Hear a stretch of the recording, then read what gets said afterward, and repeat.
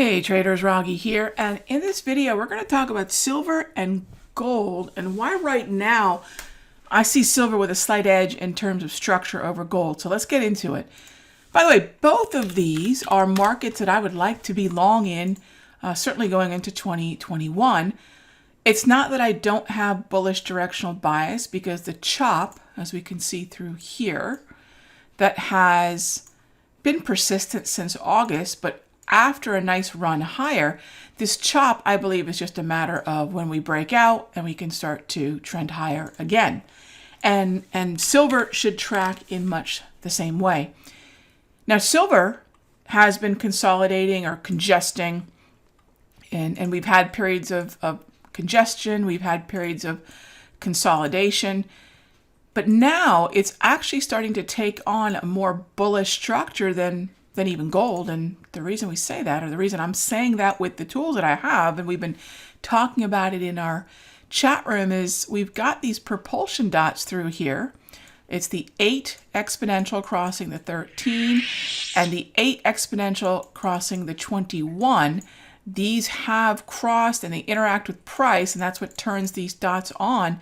And this is telling me that the beginning of that bullish structure is in place. We've got plenty of green grab candles, and I'm expecting silver to go double green very, very soon based on those moving averages having crossed and remaining above key volume weighted average price levels.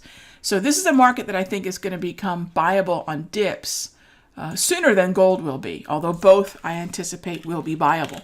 Just to kind of round out the look at metals, although this has nothing to do with the movement in silver and gold in terms of copper being sensitive to the equity markets, and I like copper as a long.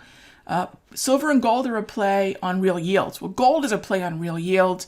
Silver has a foot in both what moves copper higher and what moves gold higher.